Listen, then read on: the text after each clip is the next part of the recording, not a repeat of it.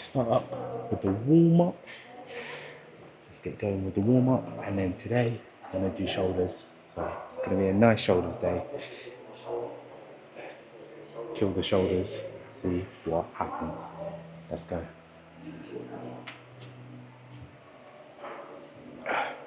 Start off with arm circles.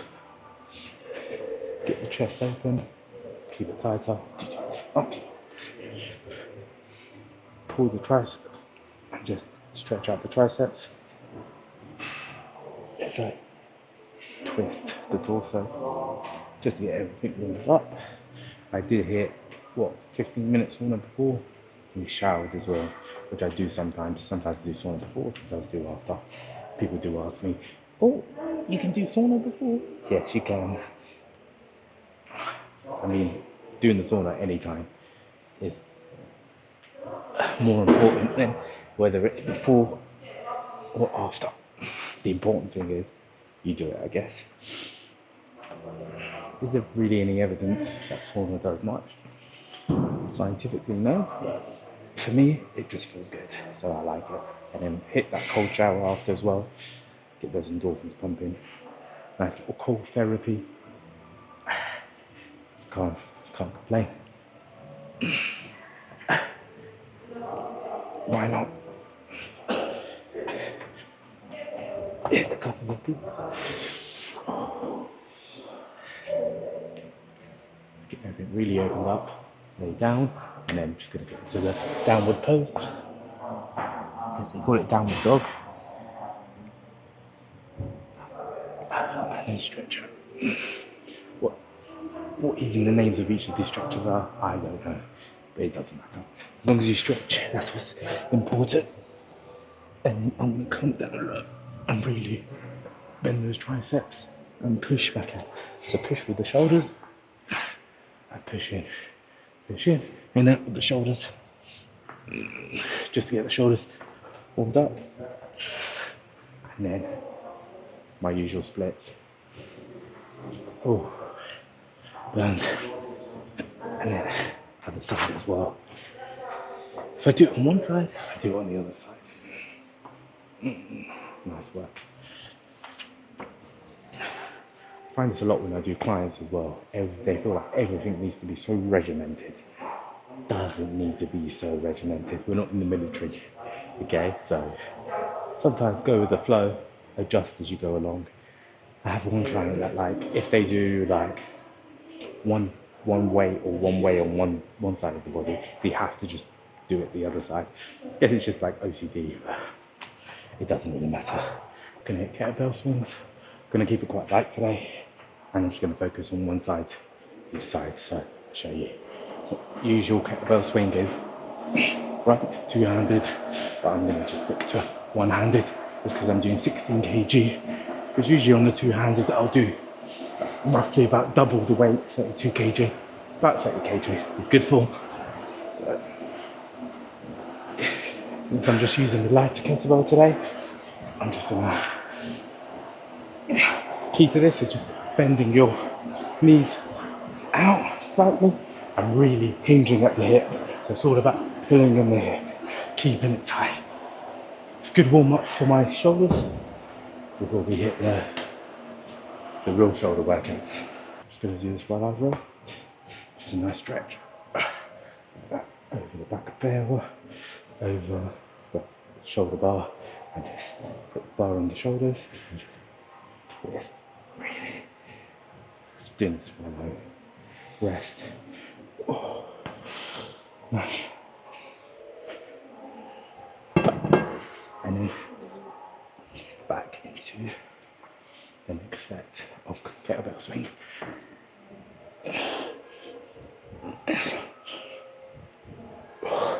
And into the one arm. Gets considerably harder when you go to the one arm, of course. But that's the name of the game.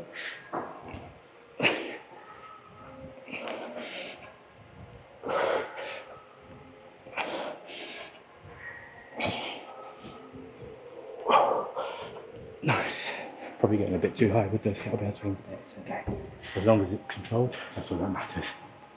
Just pick whatever way you feel comfortable with. and keeping it under control. And one, just going to start one-handed to begin with.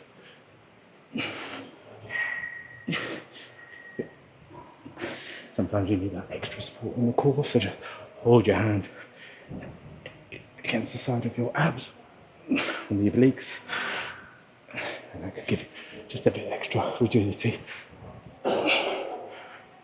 especially if it's in the last reps. It's always worth getting. I'm not even counting the reps, no, just going off how I feel. Of course, I definitely recommend to get your reps generally in most cases. Usually I'll do these with dumbbells, but since I'm here with kettlebells, I've got the right weight anyway, 16 kg. Might as well just do it with kettlebells. So I'm gonna do front raises.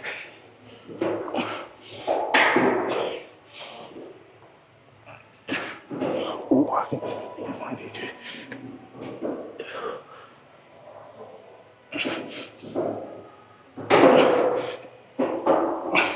I mean, I should have really picked a warm-up weight, but it's okay with big.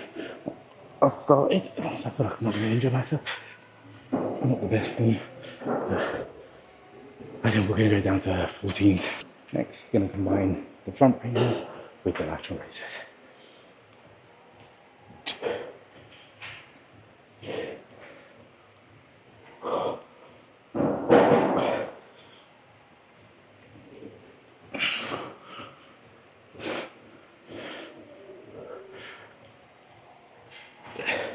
Is this peak optimization? No. My peak optimization is getting it done. That's the important part. All this other stuff doesn't really matter. It's all about getting it done. And I guess I got it done. So I think we're going to stick to the 12s on this one. We'll hit fronts and the sides together. I shouldn't really superset 2 shoulder workouts, but we're breaking the rules today.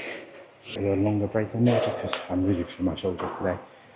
The lean cutting down my calories and just trying to keep consistently on these weights. I'm struggling each workout, but it's okay. A bit of struggle never hurt anyone. So I gave myself about a minute and a half break.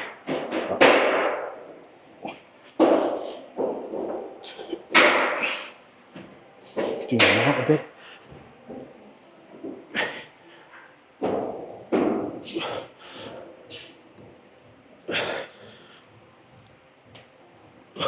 Nice. And then sides, switching to sides. Kind of like you're flapping your wing to fly. These aren't the best reps.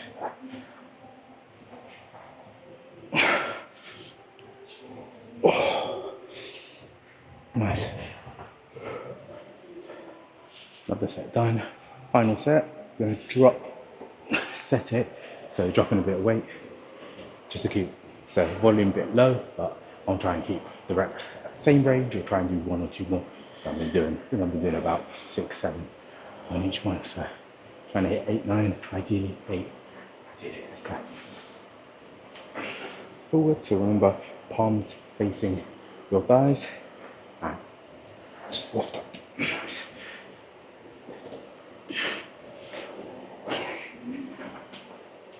It's really working. The delts, really getting those pumped. Oh. Right. And then over to the sides for the laterals, bending my knees slightly, bringing in my shoulders slightly as well, and up, up, up. Not trying to shrug my shoulders too much, just bring them up there. Oh. Oh. Our sides are done. Whew.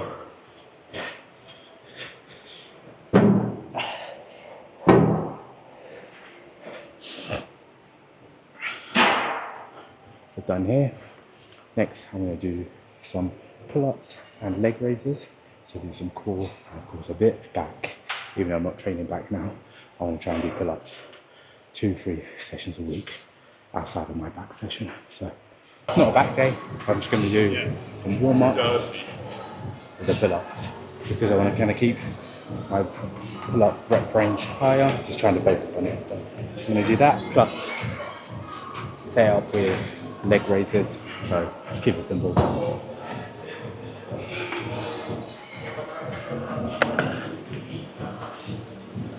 It's a bit of a jump.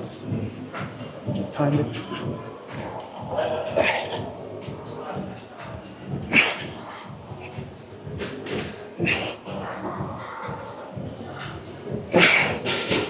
Really taking it slow.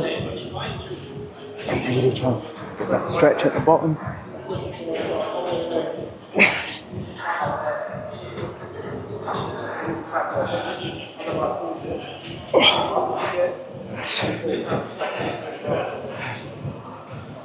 I think I'll keep it separate actually. I do leg raises at the end. Just get a couple, one more set of pull-ups done. And then we'll move back onto shoulders again. Easy. Rest it for about a minute. Gonna hit the next set of pull-ups. Not trying to do too many today because I know I've got back bench coming up soon, so don't want to fatigue my back out too much. Let's go.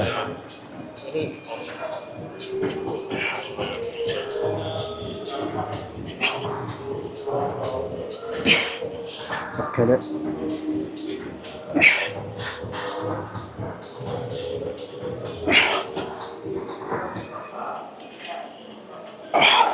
That's it. It's done. If they hit the leg raises, we get them separate, it's fine. Go do leg raises and then get back into shoulders after. Let's go. Right, gonna hit some leg raises on the V-bars. Let's go, get myself up in position. Key to this is just to keep your legs as straight as possible and all in the hips. Carrying your leg up. Keeping that breathing focused and go crunching. If you start failing quite early, you just want to get a couple more reps in, and the knee is fine as well. Go with the legs, carry more of your body weight. Done. Hit 2 more sets and then we'll move back in. But we'll do first one, shoulder presses. Get myself back up. Nice. You will need some initial strength just to even get yourself positioned in this. That's why I think I prefer for beginners more hanging bars than these V-bars. But I'm no beginner. It's okay.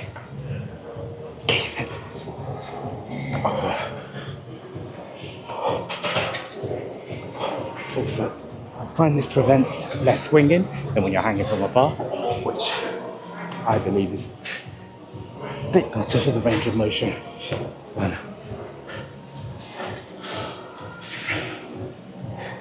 Problem is when you go really hard on the first set, you just start dropping quickly the rep range on all the other sets. Just the nature of fatigue and muscles really. The leg raises, let's hit converging shoulder presses. I usually do like to do them with the dumbbells, but today let's do some more machine work.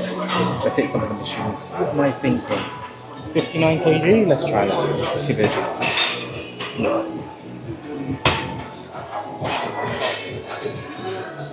Trying to not get those weights to clamp. Just coming short, just put the tension on.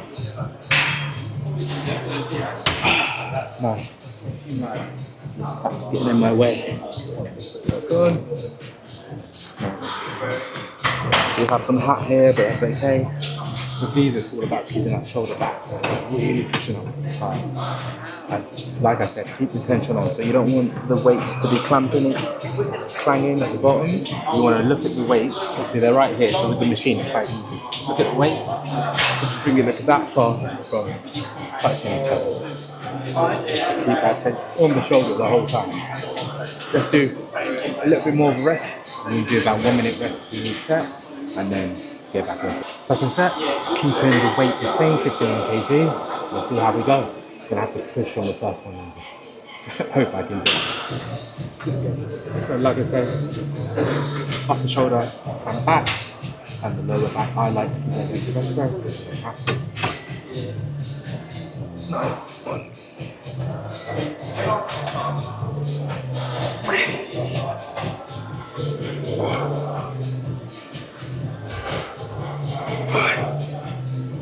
Maybe that should be 5 minutes.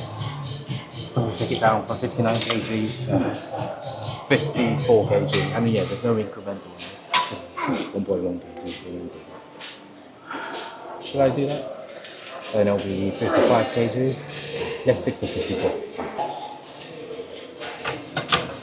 Drop set this time. So drops it by 5 kg. That's it. Triple bar easy.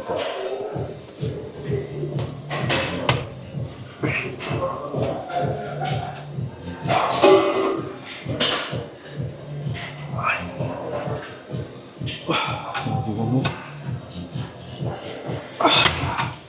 Tried to do a partial rep on that last one. But rep range was about 5 reps on that one. Like these are heavy, so just how it is. Just gotta do it like that, right? Just how it is. So I think we'll do one more shoulder and then we're done for today. I'm gonna do rear delts. What I'm doing. Alright, gonna hit bent over rear delts. So similar to the lateral raises, that kind of. Key to this is to keep your back angled forward, keep yourself in kind of an ab crunch position, and then just treat it similar to a shoulder lateral raises, but instead target your rear delts. Keep it tight, bring your arms under your legs down here, and then give yourself that chance to get full stretching. Nice. There's a killer. So we see better on this set. That's how it wants to be. Crunch over to really target those delts. Because if you set up, you're going to target the shoulders. So you really get the delts specifically. You don't want to keep that bent over position. Just one more set, and that'll be my final shoulder workout for today. Then it's freedom out the gym. Once again, got to keep it light, just like in a shoulder workout.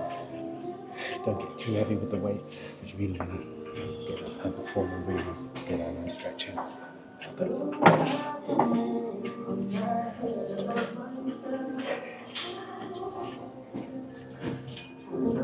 Trying to shrug my shoulders as I do these, and shrugging. Asian partial reps okay at the end. So the shoulder fatigues real quickly. Take more shifting the shoulder. Yeah. Let's have a chat on the way home. Finished up with shoulders today. Got to say that's probably, in recent memory, one of my worst workouts. The battery on my camera just turned off. It said it had 32% left, and then the next second it was off. Apparently it was at 0%. So I've got to send this little guy back in to get fixed, as it's still under warranty. Obviously the battery's fried.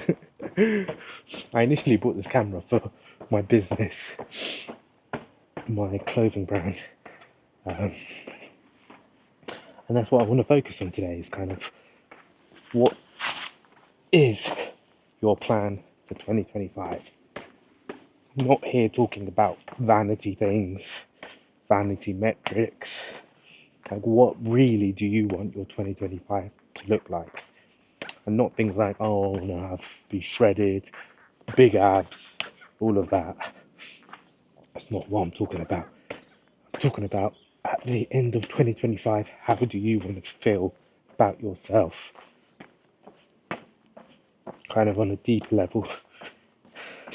Are you going to let 2025 happen to you? Or are you going to take control of your life and design it? Are you going to sit down now and say, where do I want to be by the end of 2025? And what does it take? What steps are there along the way? For you to achieve that? Because a year is a long time, but also, funnily enough, a very short time. So it's kind of one of those juxtapositions, you could say. So are you going to let 2025 happen to you, or are you going to take control and let you happen in 2025? Doesn't make sense, but you get the gist. So what I'd say is focus on what do you really want to get out of your 2025 and put things in place to check along the way. Because it's easy in January to be fully motivated and say, I want to do this. Firstly, is that realistic? Have you given those things you want to achieve a deadline? And have you then taken, I would say the best way to do this, you can do this on a digital calendar, just do 1 year calendar, or I got one from the range for like less than £1, and it's like 2025 big wall calendar. And what you want to do is set yourself deadlines throughout the year of what you want to be achieving, and note those down. What that also helps you do is be realistic about what you really can do in that time and what you can't do. So there's going to have to be a decision. As I say, sit down, write a whole list of things you want to achieve, and then as you come to plot it down, be realistic. What's a must-have and what's not so much. What's a need and what's a want. So for example, let's take my example. I've got a business. I can say I want whatever 80,000 followers. I want to hit this many views on a video. But as I said, that's all vanity metrics. Kind of need to go a bit deeper and think, what do you really want to achieve? So for me and my business, that might be 6 product releases throughout the year. And as I come to jot those down on my calendar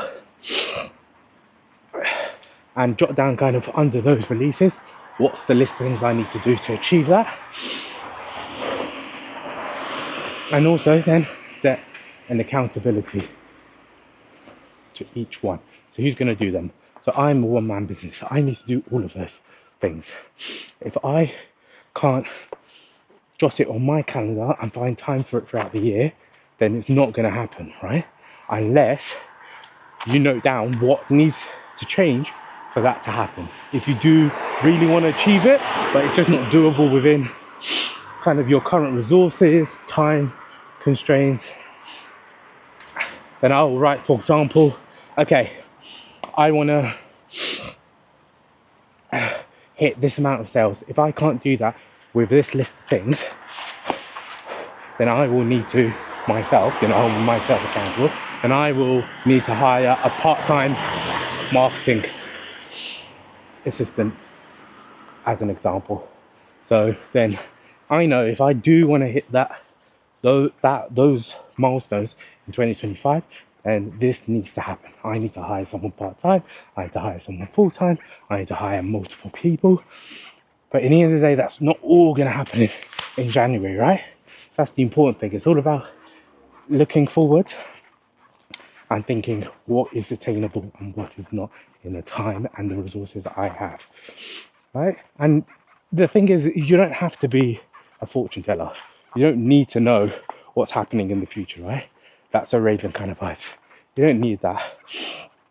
It's more just saying, what is the direction I want to guide myself in towards? So what's my North Star for the year? Like what is the direction I want to be taking? Because if you don't do that, if you don't even know the direction you're going in or where you need to go, what you need to do to get to that North Star, let's call it, then life's just going to decide that for you. And let's be honest, most of the people who let life decide that for them, if you want to be one of those people, that's fine. Join the masses. But if you really want to differentiate yourself from other people, really stand out in this market, let's call it a market, because we are sadly or happily, whatever your opinion is, happily or sadly living in a capitalist society, and that's all dependent on your value in the market. And people don't want to hear that because, of course, on a personal level with each other, we have far more value than we bring to this market, right? But if you are looking to, let's say, financial gain, then you need to take control of that, because all the people who don't are always going to be stuck in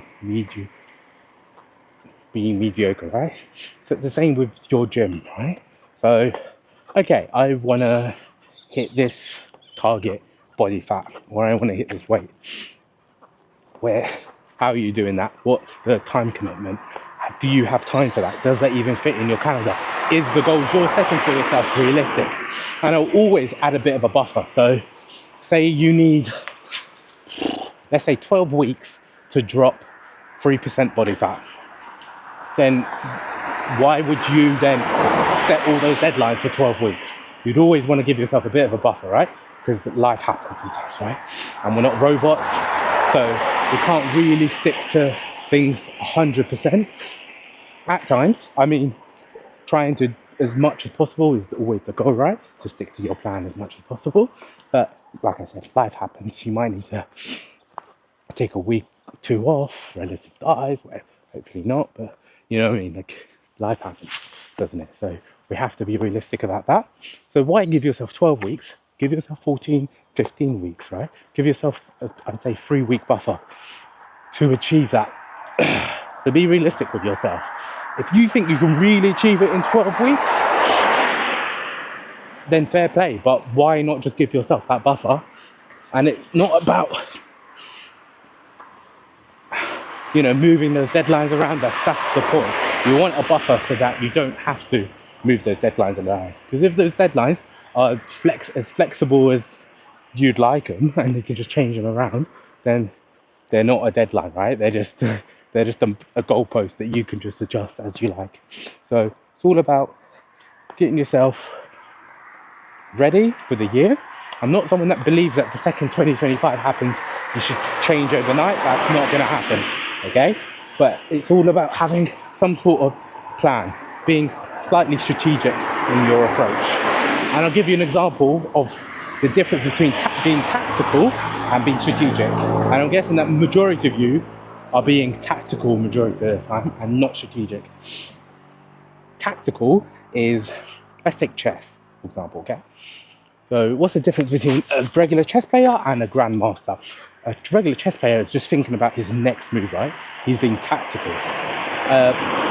Grandmaster is being strategic because he's thinking 7, 8, 9 moves ahead. And that's the kind of mindset you need to get yourself into. You need to think about your life with, that, you know, 7, 8, 9 steps ahead. So how can you do that? What's the best way to do that? It's understanding risk. And risk is something you need to embrace. Risk is not a bad thing. Risk sounds bad. Risk sounds like something that curtails all your plans, all your motivations. But instead, it's about being ahead of the obstacles that you predict getting in your way, right? So it's just about being ahead of the obstacles that you feel will get in your way.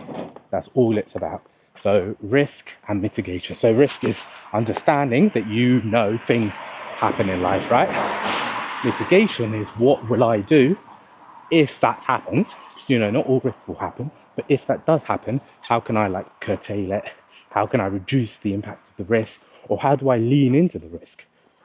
Right? So sometimes a risk, sometimes is an opportunity waiting to happen. So it's all about understanding yourself, right? So for example, let's apply this to the gym.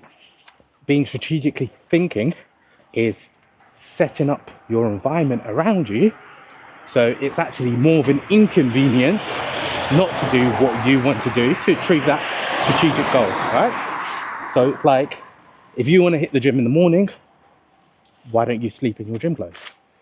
Do you know what I mean? Shower before you go to bed, put on your gym clothes, and get into bed in your gym clothes. Have your gym shoes ready there, have your bag packed if you're going to shower at the gym. And so that when you wake up the next morning, you're ready to go. So that's the difference between being strategic and being tactical. So I think that's definitely a good approach to take in this kind of month of reflection, right? In January, where you're looking back at the last year and thinking, what do I want to change? No drastic change, remember, right? So we're not going to go from sitting in bed all day and doing nothing to then the next day suddenly we're running marathons and trying to hit PRs, PBs every time we're in the gym. I mean, be realistic. Once again, the year is a long time. So I would more say, if you want to run a marathon and you haven't, set that goal so that at the beginning of 2026, you can do your first marathon, and let 2025 be your runway and your ramp up to that. Because in the end of the day, you're not going to go from zero to everything, right? So give yourself that time ahead to plan and implement things so that when you approach 2026, then you can start locking in all those things that you want to do. But like I said, you're going to burn yourself out if you just try and do everything overnight. And that's just not how life works. It's about every day doing one thing consistently, and eventually you'll yield the results.